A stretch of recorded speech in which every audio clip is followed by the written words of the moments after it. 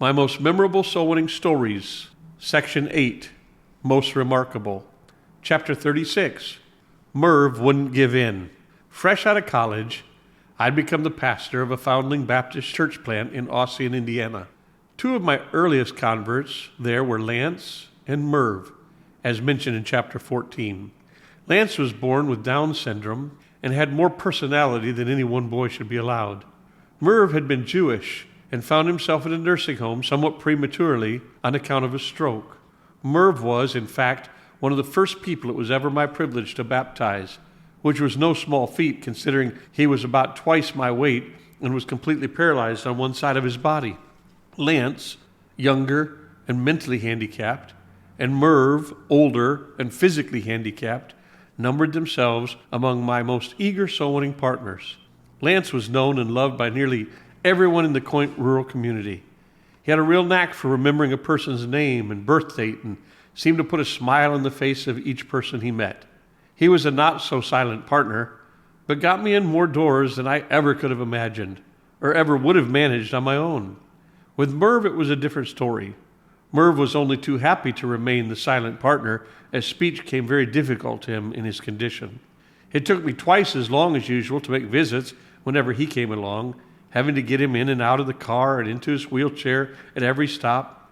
But one thing that wasn't hampered by the stroke was Merv's determination. He had heard me preach that every Christian should become a soul winner, and he wasn't going to let a little thing like paralysis stand in his way. On one particular Saturday, the rain was intense. I headed over to the local nursing home to explain to Merv that I wouldn't be able to take him soul winning with me that day due to the inclement weather.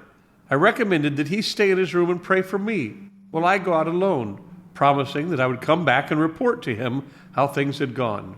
Merv was adamant. "Pastor, you said that we should go soul winning every week. If you're going out in the rain, then so am I."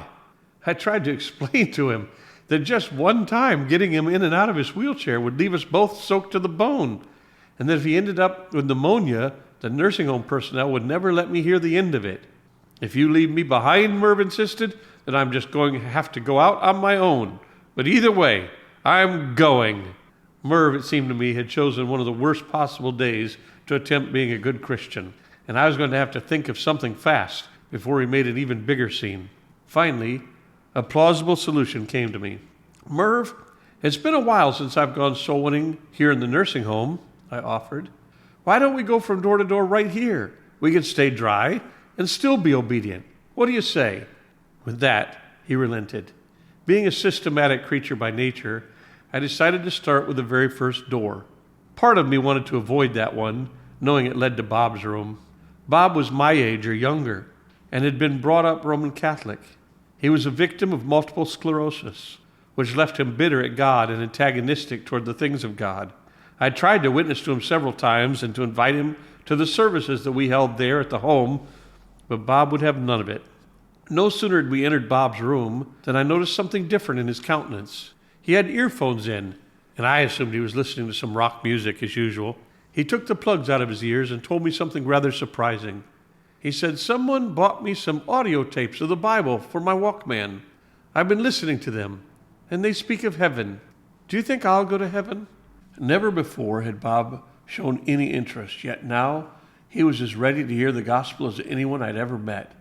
After a lengthy discussion, Bob prayed and received Jesus as his Savior. I spoke to him about baptism, something he assumed impossible due to his condition. Merv encouraged him by relating that he too was in a wheelchair, but he had been baptized. The next morning, I drove to the nursing home to pick up Merv for our Sunday service. I asked him if he thought Bob might be willing to come along with us. Merv looked at me and said, "Bob died last night." Clearly, God in his mercy had done his work to prepare Bob's heart and had given him one last chance to be saved. But had it not been for Merv's stubborn determination to go soul winning no matter what, we would not have entered Bob's room that fateful day. What does it take to stop you when you ought to be going out soul winning? Is bad weather enough? If Merv could persist, as he did on many a freezing cold winter day, in spite of his physical disability, maybe you could go on out, even when circumstances seem less than perfect. After all, while you may indeed find many subsequent opportunities to go out and share the good news, for someone out there, it might just be his last opportunity. to hear it.